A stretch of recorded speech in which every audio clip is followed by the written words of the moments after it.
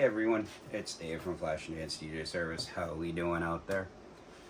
Just got back from an awesome afternoon with my wife. You know, you gotta, even being a business owner, sometimes you have to do family-oriented stuff.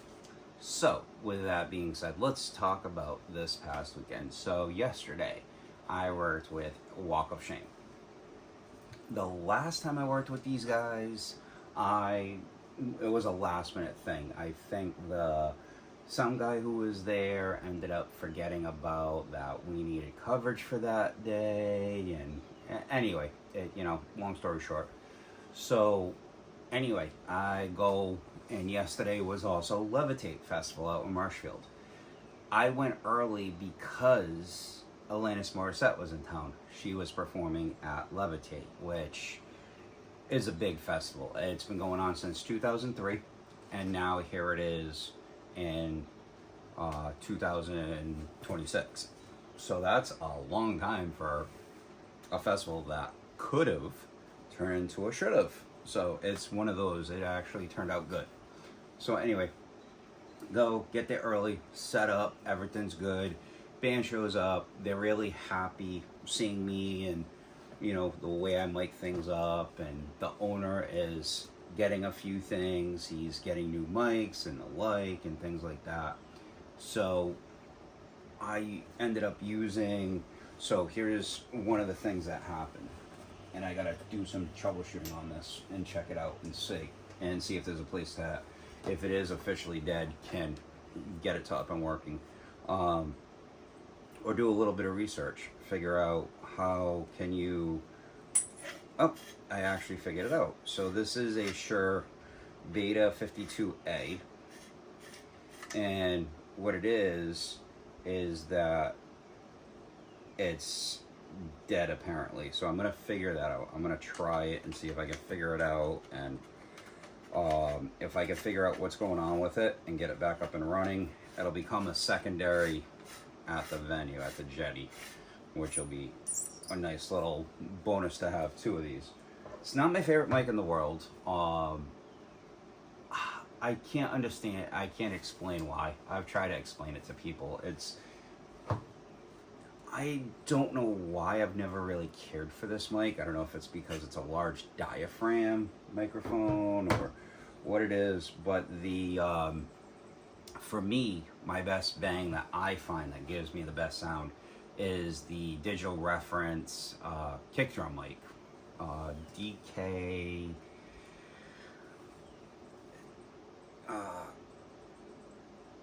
K something, I think it's called. It almost looks like the Sennheiser, version. I know a lot of people like the D6, a lot of people like that one. A lot of people love the 92. I'm partial to the Behringer BA19A. So it all depends, really. It's your ears are subjective to yourself.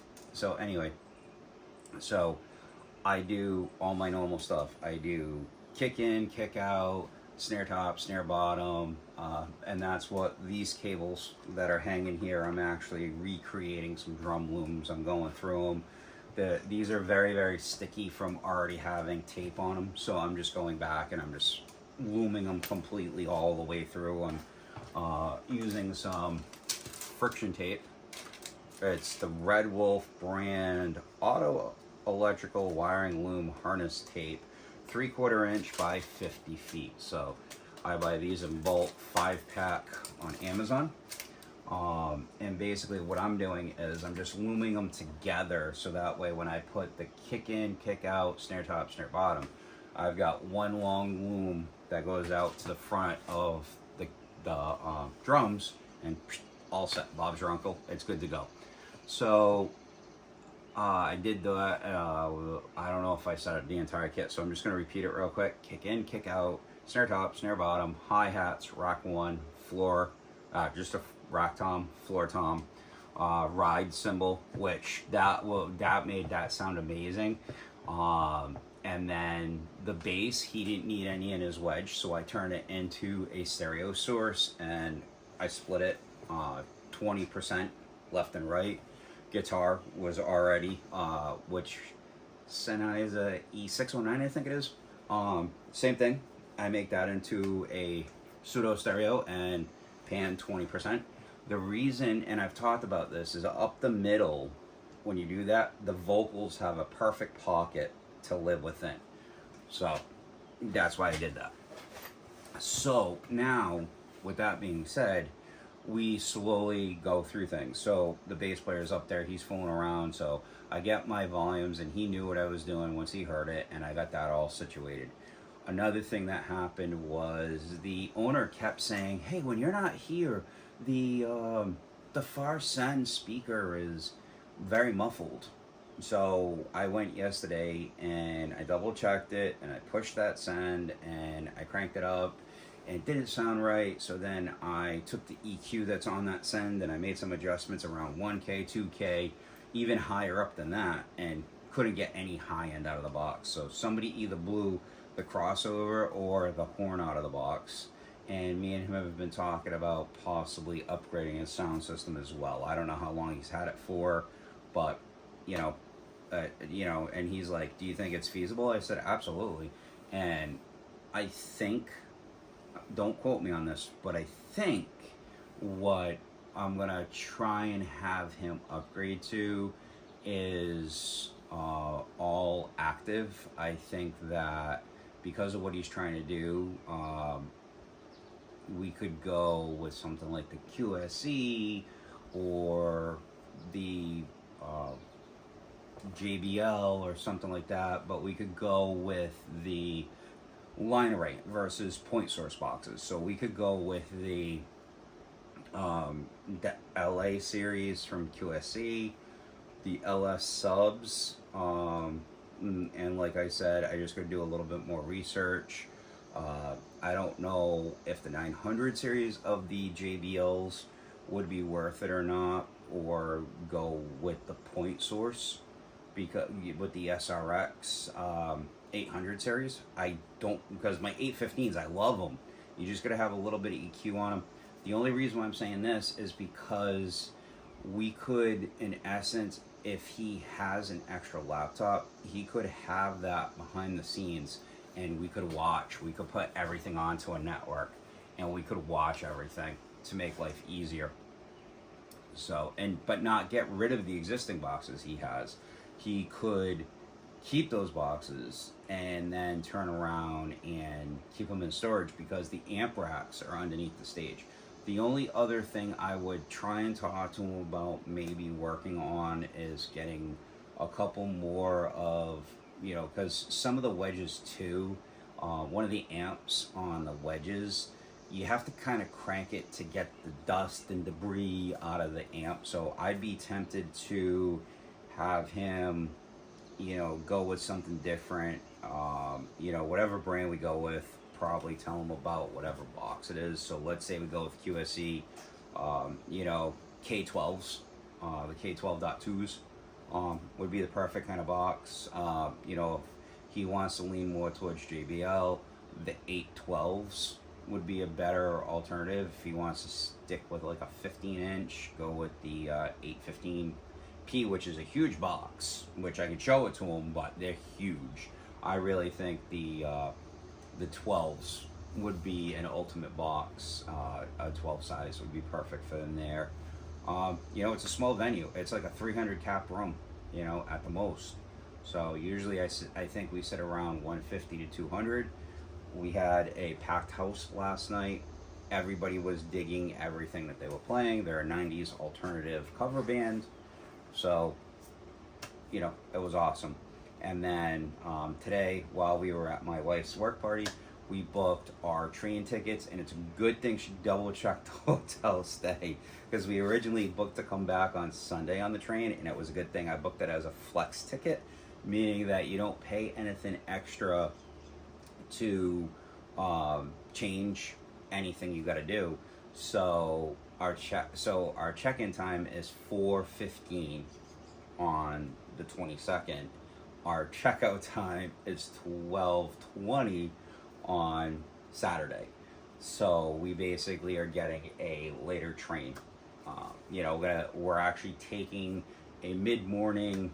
We're gonna drive to Providence, And since my nephew's driving to work now, we're going to leave her car for her mom to use. My nephew will use my mother-in-law's car. We're going to take my truck and we'll leave that in Providence, pay the 3 or 4 days that we're going to be gone in New York. While it's there, we're going to take the nonstop commuter rail all the way from Providence up to New York, go see Bon Jovi. And as I've mentioned, so not Wednesday's tech tip. Wednesday's tech tip will be about drum looms and how to go into being in the production or the DJ world, going to something and taking yourself out of headspace.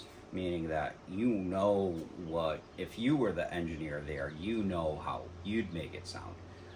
But, and I'm sorry I'm rambling. I'm sure all you know, as I had talked about last week, I'm going to start calling everybody my roadies. So all you roadies out there kind of know what it is up mentally in the head. So, so that's the plan for next week. So or this week, I should say.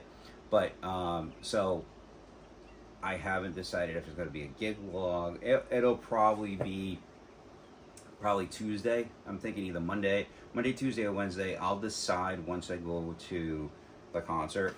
I'll make a decision. I'm not going to put it in the blog here, but I'm going to post at least a picture of the set that they do, so everybody knows the kind of songs. I'm going into this with an open mind, not only as a fan, but as a production person. We have the perfect seats. We're not on the floor. We're not super high. We're like somewhere in between. So I'll be able to, so we're just off the floor, I think 1 or 2 rows up. So I should have a good perspective to see. I don't know how they've built front of house out. I don't know if they've got it on the right or the left side. I don't know if it's dead center. You know, I know it's going to be all the way in the back, probably right behind last row. Typically in an arena show like that is how they do it. So with that being said, you know, I don't know how much content you got out of this, but I will be talking about a few other things, you know, and the wrap up from that. So with that being said, I will talk to everybody later. You know, it's just one of those things. Hope everybody's enjoying the weather and everything that's going on. And take some time. I'm being serious here, everybody, all my roadies out there. Take some time, and whether you're married, dating, single, whatever it is, take some time for yourself. You know, no matter what it is, even if you go to a conference or something like that, take the time while you're there at whatever it is and relax a little bit. You know, if you like to have a few drinks, go out to a nice restaurant, go to a jazz club, go to something you wouldn't normally, but not something that makes you uncomfortable. So with that being said, I am going to say make sure that you like, comment, and subscribe. And you know, and let me know if you even went to the Bon Jovi Forever tour that's going on right now in Madison Square Garden. That's another reason why I'm happy I'm going. I've never been inside Madison Square Garden before. This is the first time, so you know, this is going to be an experience for both me and my wife. And then don't forget to make sure you treat everybody the way you want to be treated, and learn one thing every day. And with that said, I will see you after I come back from New York, as well as I will see you on Wednesday for Tech Tip Wednesday with about looms and all that kind of stuff, and how I go about doing some prep for upcoming shows. See you on Wednesday.